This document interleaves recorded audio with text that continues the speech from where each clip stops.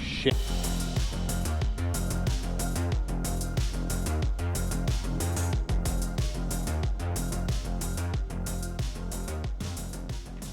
I'm going to do something different this race video and do some commentary throughout.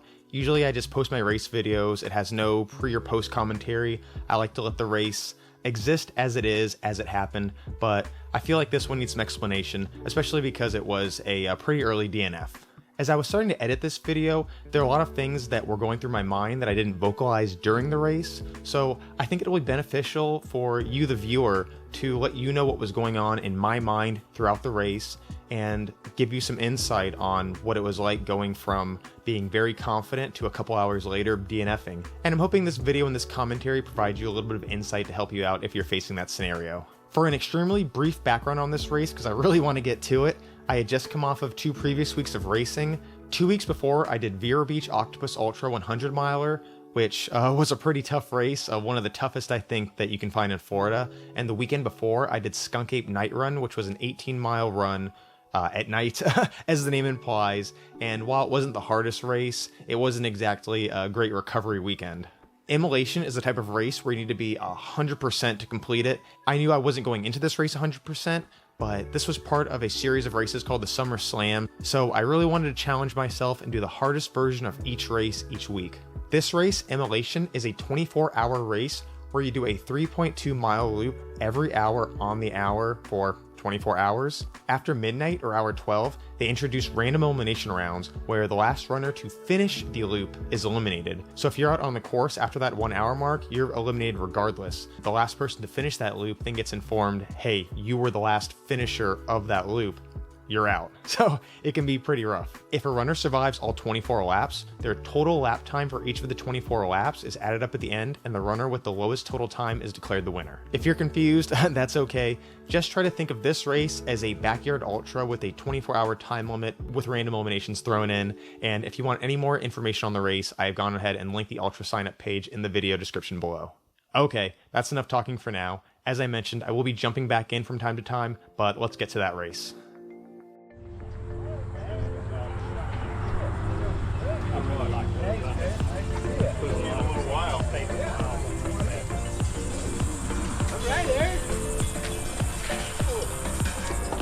Here we go. Ready? 10, 9, 8, 7, 6, 5, 4, 3, 2, 1.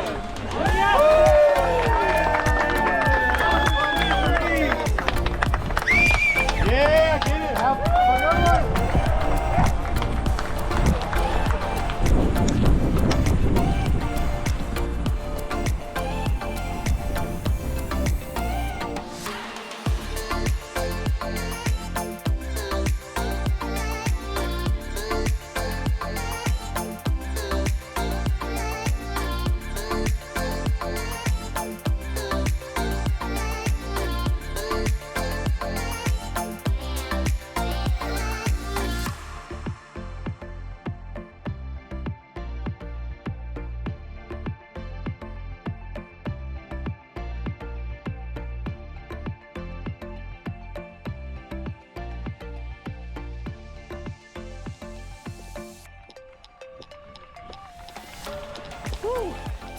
I think I could do that all day.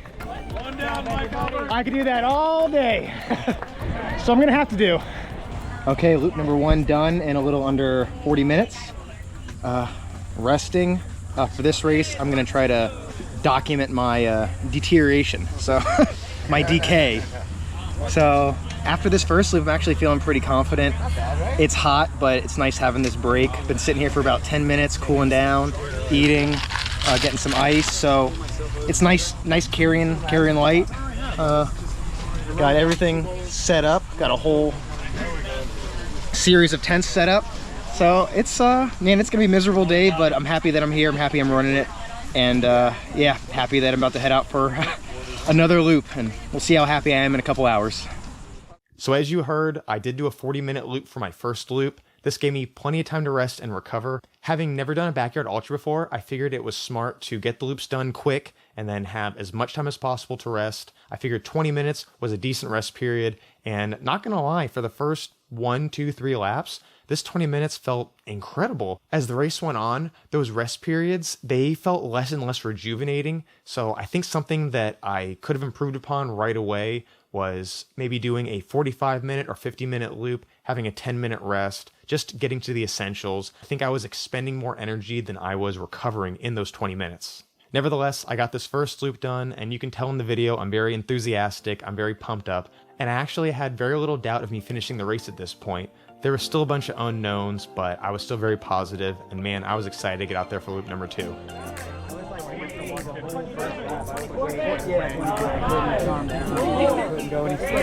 Really don't like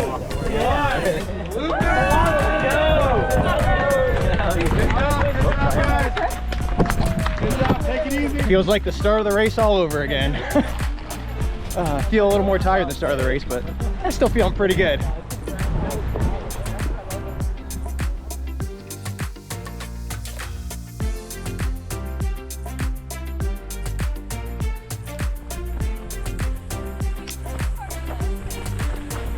Hey, how you guys doing?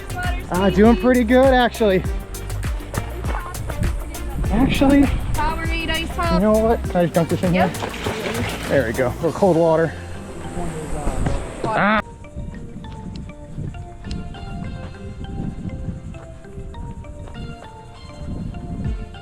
Whew. Loop number 2 almost done. Oh, going down the big sand dune. Yeah, good day. Hot day, but good day. Yeah, going according to plan so far. About 40-minute loops. That's what the plan is. Get 20 minutes rest. Cool down. Honestly, with this shirt on and the breeze, ain't too bad, but it's only loop number 2, so longer the day goes, the more real it's gonna get until the sun goes down, and hopefully that's a little bit of relief. More relief than Vero Beach offered, though. It was still quite hot and humid at night in Vero, so I'm kind of expecting the same thing here, but hey, a couple more hours and we'll see. Dump it. There we go. Yeah. Hey, another good loop number 2. Now off to my chair and some ice. Okay, had 20 minutes of loop number 2 to rest. Same thing, ice down, took the shoes off, got all situated. So yeah, ready for loop number 3.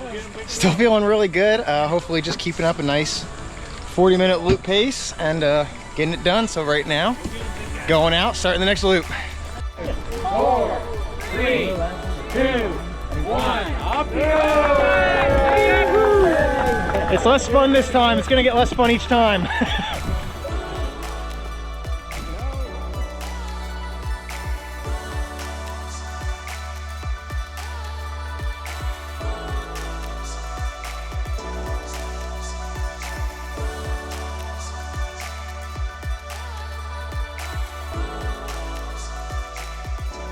Yeah, it's goes without saying, it's hot.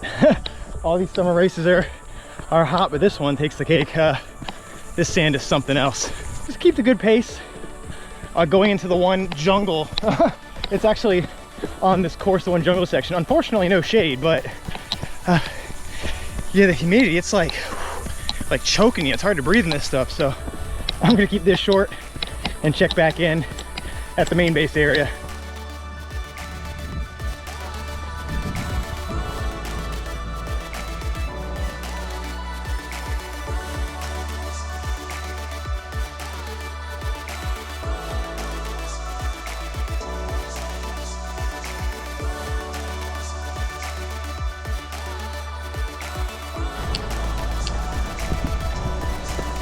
Whew.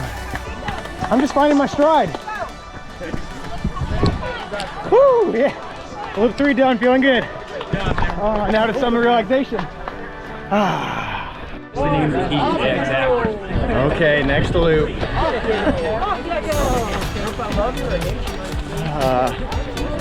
You know, not feeling too bad. It's still pretty exciting.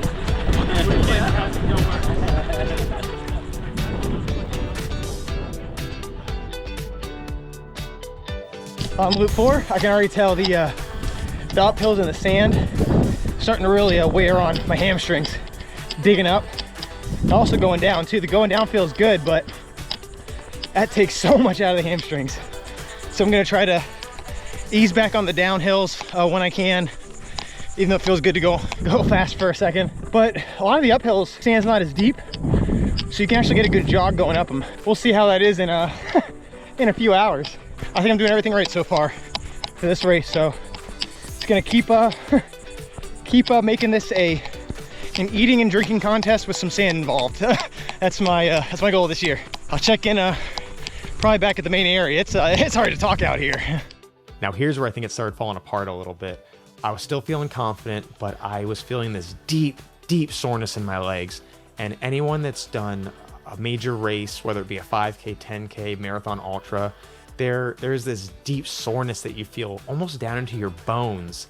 And I was feeling it at this point, and that's not something you want to feel when you're in the middle of a race at hour 4 of 24 hours. So this was getting in my head at this point, and this was starting to make me think about hour 12, 16, 20, 24. And in these loop style races, you really can't think that far ahead. You need to plan that far ahead, but you need to think about it as loop to loop. What do I need to do to finish this loop to get what I need and to keep pushing? You cannot be thinking about hours and hours down the line. Like I said, you plan for that, but you don't think about it. You think about the current loop and you think about executing your plan. Speaking of following a plan, I need to point out that my hydration and nutrition was, man, it was on point. At the end of each loop, I was getting enough nutrition, enough hydration, enough sodium, enough calories.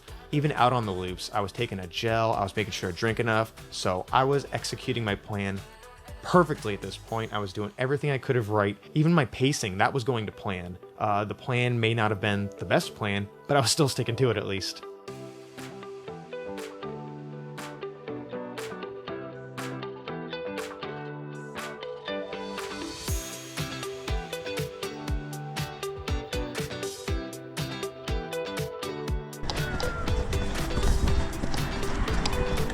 Hey, hey.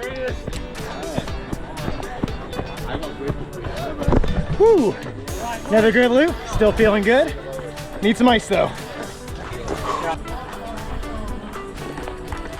Hey, let's do it. All right, buddy. Have a good loop. Have a good loop. Get it done. Everybody hang out under Eddie's hat. Now it's starting to get old.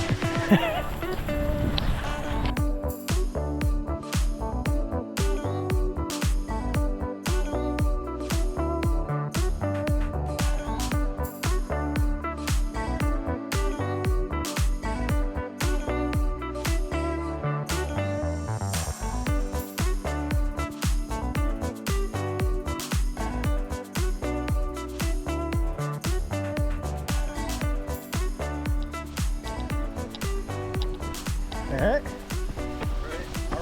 Yeah. Whew.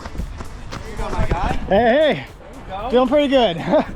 Getting hot though, getting really hot. So in the 2 years that this race has been held, something that is always inspiring to see are those runners that come in right before the cutoff. All of the runners that are still in the race, they see that final runner or runners coming toward that finish line. They got 10 seconds left and they erupt in cheers. They want to see that person finish. They want to see that person complete that loop. The only negative part about that is as soon as they finish, there's cheering, there's pats on the back, and then that timer goes off and you got to go right back out.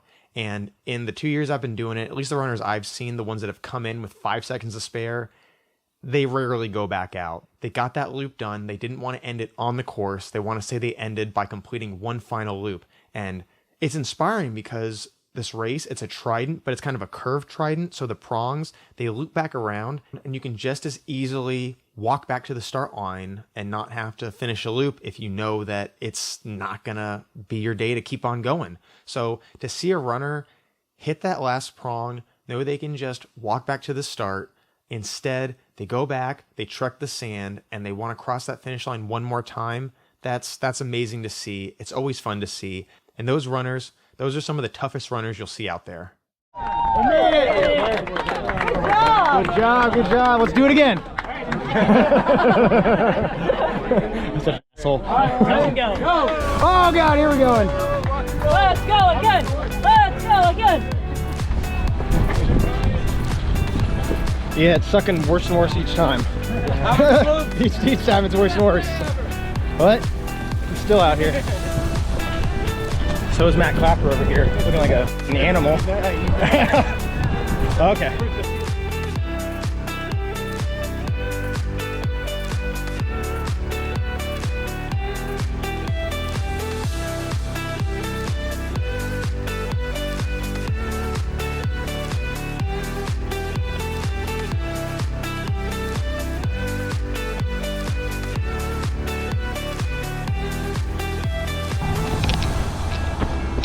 Oh, another one down. That's number 6, I think. Smiling's getting a little bit harder. Oh, consistent. Oh, consistently need to rest. Keeping my feet in good shape is always top priority to me, and even just taking my shoes off, taking my socks off, and letting those feet dry out, that is a luxury, and it felt so good during this race. I plan on changing socks every few laps, and then changing shoes 2, maybe 3 times during the race.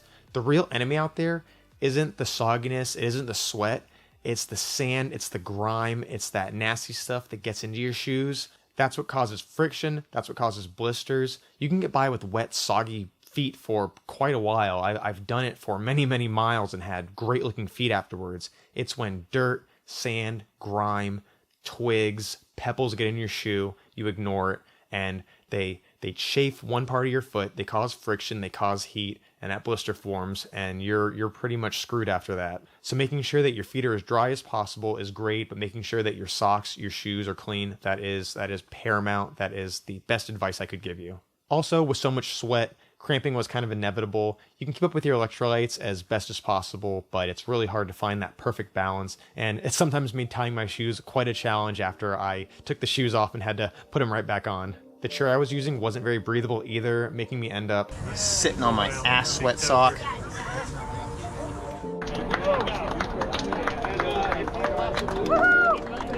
There it is. Good job. Good job, good job.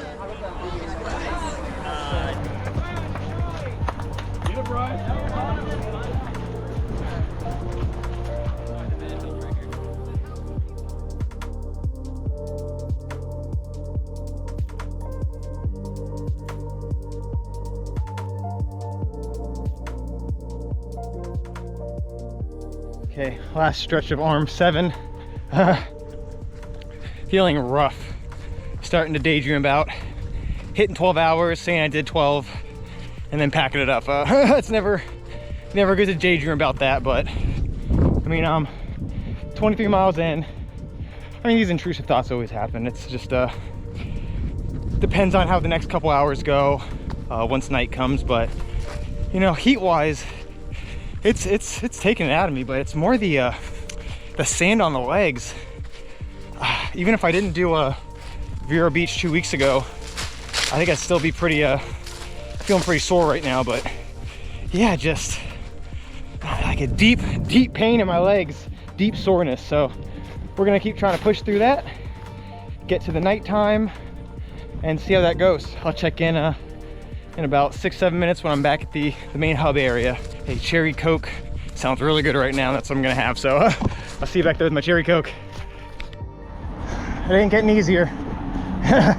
It's getting harder. Oh, it's getting a lot harder. Oh, it's still so hot. Oh, good job. That's still about 20 minutes. 7, 6, 5, 4, 3, 2, 1. Off you go. Good luck. Good loop.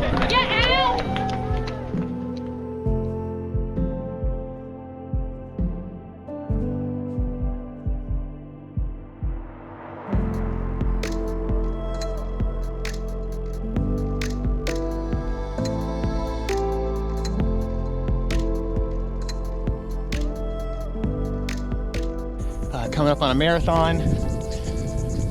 I just don't think I got it today. I'll explain a little bit later, but yeah, I just don't think I got it today, and I'm okay with that. And that's how I know I don't really want it bad enough. sucks because I know I really do want it, but there's a lot of reasons. And primarily just I don't think I can get to tomorrow morning. I'm moving well. Legs are feeling decent, but they're declining at a rate to where in 16 hours, like I've been out here 8 hours, and the thought of being out here 16 more hours, not necessarily just the duration, but the sand and what it's doing to my legs, my hips. I don't think I can keep moving for that long. That's a simple fact. It's a limit that I hit. And do I want to go and push myself and see if I can hit that limit and see what happens when I hit that limit? Or, you know, do I want to be a fucking quitter? And, you know, I hate saying quitter, but it's what I'd be if I stopped. And unfortunately for today, I'm kind of okay with that. But I'll get back in, give it a minute and see, but I'm yeah, it's a long-winded way of saying that I'm okay with failing. It kind of hurts, but like I said, I'll discuss a little more in a little bit. Albert! Hey. Albert. Feeling rough. Good work, Mike J. Hey. Hey, buddy. You got a new runner. Yeah. All right. Coming for I a should loop. go on. I'm gonna go slow. He's gonna be our patron. And that's it for me.